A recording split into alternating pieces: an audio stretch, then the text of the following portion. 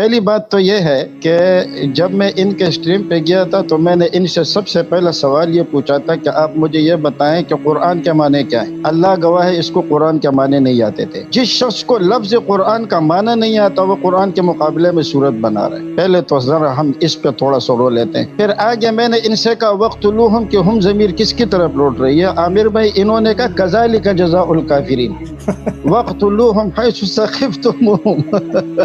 یقین کرے اس شخص کو نہ ضمیر کا پتہ ہے نہ مرجع کا پتہ ہے. میں نے کہا اللہ کے بندے تمہیں اتنا معلوم نہیں ہے کہ ازمار قبل ذکر یہ درست نہیں ہے اور کہاں جائز ہے. وہ تو عمدہ میں بشرط تفسیر جائز ہے. یہاں تو وقتلوہم فضل ہے مفعول واقع ہو رہا ہے.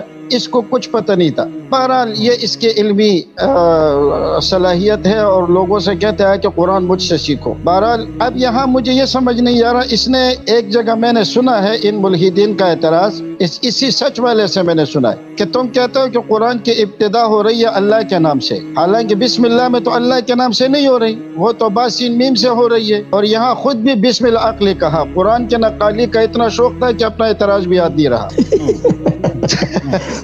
سبحان اللہ.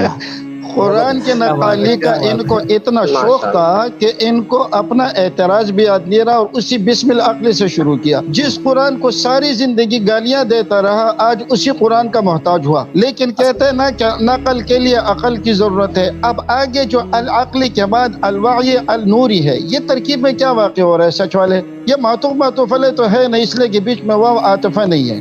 اور پھر اگر آپ اس کو بنا کیا رہے ہیں، یہ العقل کے بعد الوعی النوری آ رہا ہے، تو الوعی النوری آپ کی ترکیب نحوی میں واقع کیا ہو رہا ہے؟ اس کی میرے ذہن میں کافی عرصے سے میں اس پر سوچ رہا ہوں، کافی دیر سے، کہ یہ بنا کیا رہا ہے. یہ بدل بنا رہا ہے یا یہ عطف بیان بن رہا ہے، یہ بن کیا رہا ہے؟ تو میرے ذہن میں ایک توجیہ آ گئی کہ یہ بدل غلط ہے. سبحان اللہ. یہ بدل غلط ہی بن سکتا ہے اور کچھ بن ہی نہیں سکتا ہے. بھائی آپ مجھے بتائیں، اس نے پہلے کہا بسم العقل پھر کہا الوعی، تو اس کا مطلب یہ کہ غلطی ہو گئی، مجھے العقل نہیں کہنا چاہیے تھا، الوعی کہنا چاہیے تھا. پھر اس کے بعد کہا النوری، پھر کہا کہ جی یہاں بھی غلطی ہو گئی ہے، مجھے النوری کہنا چاہیے تھا. تو یہ نحوی اعتبار سے یہ بدل غلط ہے. تو نے پہلے جگہ پر اپنے بدلوں کا اعتراف کر لیا. یہ خدا کی مار ہے تجھ پر. مگر حضرت، یا اللہ نے تجھے مارا ہے. جی ایک مسئلہ اور بھی بڑا ہے نا کہ بدل کی اعرابی حالت کیا ہوتی ہے. اب مسئلہ یہ ہے نا کہ اگر یہ عقل کو مبدل منہو بنا رہا ہے تو بدل غلط بنے گا. پھر یہ اس لیے کہ اور بدل کی کوئی صورت بن ہی نہیں سکتی، ورنہ دو چیزوں سے کیسے بدل بن رہا ہے؟ الوعی الگ چیز ہے، النور الگ چیز ہے. تو اس کا مطلب یہ ہے کہ اگر وہ کہے صفت ہے، اگر وہ کہے کہ العقل جو ہے وہ موصوف ہے اور دونوں آگے اس کی صفتیں ہیں، اس پر کیا اعتراض ہے؟ صفت کیسے بنے گا؟ وہ بھائی وہ دونوں ذوات ہے، الوعی النوری. اگر النوری یہ کہہ دیتا تو پھر بات سمجھ میں آ جاتی. بھائی جو صفت ہوتا ہے نا، صفت وہ ذات پر دلالت نہیں کرتا. الوعی بھی ذات ہے، النور بھی ذات ہے. صفت تو بن ہی نہیں سکتا. اگر یہ العقل نورانی یہ ہوتا، اگر یہ العقل نورانی یہ ہوتا یا العقل نوری یہ ہوتا تو پھر بات سمجھ میں آ جاتی، پھر وہ صفت بن جاتا. تو الوعی یہ تو ذات ہے، النوری یہ بھی ذات ہے، تو ذات کے لیے صفت کیسے بن رہا ہے؟ زبردست. بات سمجھ آ رہی ہے؟ یہاں پہ اس کو خود سمجھ نہیں تھی آ رہی، اس نے اس کا ترجمہ اسی نہیں کیا.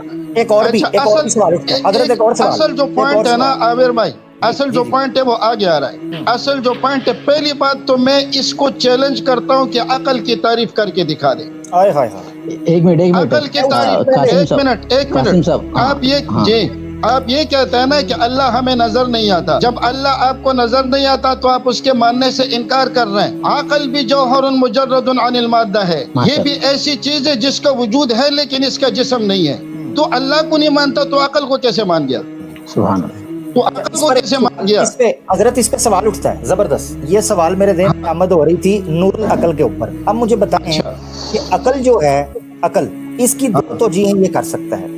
ایک تو یہ جو مادی مغز ہے آپ کے اندر، جس کو برین کہتے ہیں، ٹھیک ہے، جو وجود رکھ، اس کو کہہ سکتا ہے. اور دوسرا یہ کہہ سکتا ہے شعور کو، ٹھیک ہے، جو کانشیسنس ہے، سوچ ہے، شعور ہے، سمجھ ہے. یہ دو چیزوں میں سے ایک کو کہہ سکتا ہے. بہر صورت نور جو ہے کبھی بھی اس کا اخراج عقل سے نہیں ہوتا. یہ نور کو استعارہ کے معنی میں مان رہا ہے یا ظاہری معنی میں مان رہا ہے؟ اگر استعارہ کے معنی میں مان رہا ہے